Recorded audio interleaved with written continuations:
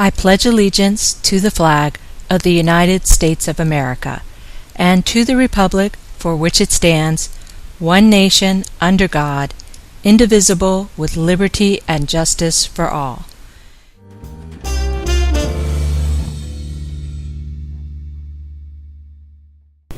Good morning, Pioneers. It's Thursday, November 16th. I'm Rebecca. And I'm Diana. The Mariachi program will be hosting a Noche concert fundraiser in the cafeteria from 4 to 8 p.m. There will be food for sale and live performances throughout the night.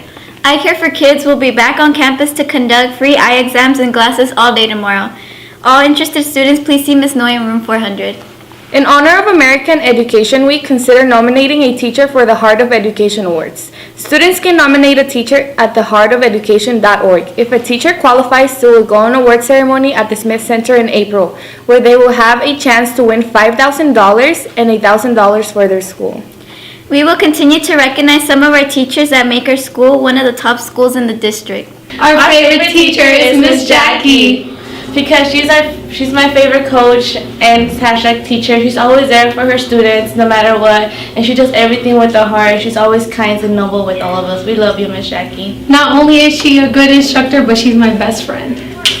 My favorite teacher is Miss Fletcher because a lot of her assignments build up to the work, and she's not just throwing us in without knowing what we're doing, and she's really cool and funny. So yeah.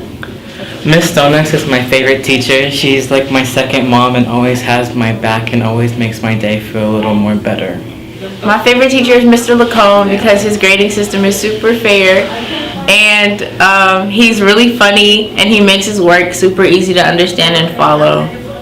Mr. Giesler and Miss Scarano are my favorite teachers because they're very brilliant when it comes to teaching music. They're always so relatable, and they make it really easy to meme in the middle of the classroom. Saturday Day will be on campus Friday. Sign up in the counseling office to attend. In club news, Wild Gems is hosting a week worth of activities this week. Tonight is poetry night at 5 p.m.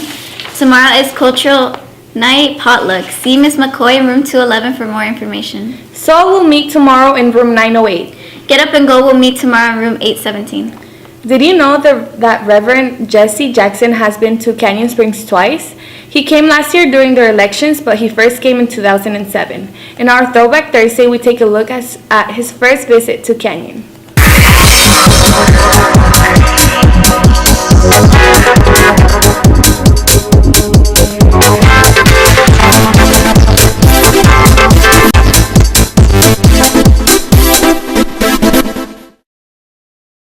Visited by a surprise guest. Reverend Jesse Jackson, an American politician and civil rights activist, stopped by the school to speak to students about gaining an education and exercising the right to vote. Well, I got a call saying that Jesse Jackson was in town and he wanted to speak at our school, and would I allow that? So obviously I said yes, absolutely.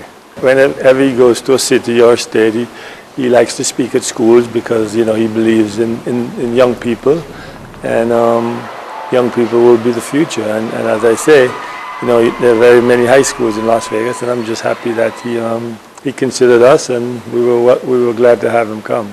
Well, education is number one because there's no priority more significant than a developed mind. After all, if you're going to provide for your future, you're going to be a banker, a financier, a lawyer, a doctor, a judge, a teacher, a minister, a musician. You must prepare now. When you have an education, there's nothing you can't do. Nothing you can't do. And when he said that, it was just like a reminder in my head. We were extremely poor when I was growing up. In fact, I went to a 2-room schoolhouse when I was in the 6th, 7th, and 8th grade. It was easy at that point in time to drop out. When you were 7th and 8th grade, you could drop out. But my mother would always kick us out of bed every morning and say, you have to get an education. She was always pushing us to get out of that very depressed, impoverished area. And the only way we were going to get out is if we went to school. I do think education is one of the main keys to breaking any kind of struggle that you're going through, because you need education to grow in life. You can't get that far without an education. And in order to use that education to make a difference in the community, Reverend Jackson stressed the importance of becoming a registered voter. Spent $500 billion in the war in Iraq, and then cut Pell Grants or cut scholarship grants, or left out proper funding for Leave No Child Behind.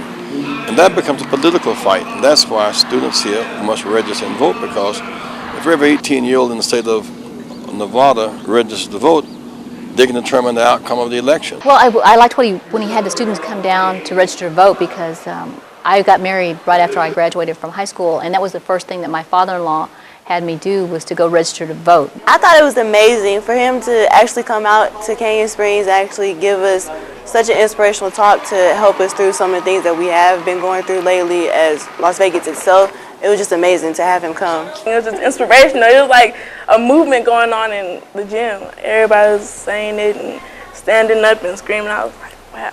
We must now fight poverty, illiteracy, and disease, but a weapon with which you fight is the vote. Like he said, you know, hope is always there, so you can always have that to look back on even if you're having a hard day. Reporting for KCSL TV6, I'm Demetrius Pipkin. Thanks for watching. We'll see you next time on Pioneer TV.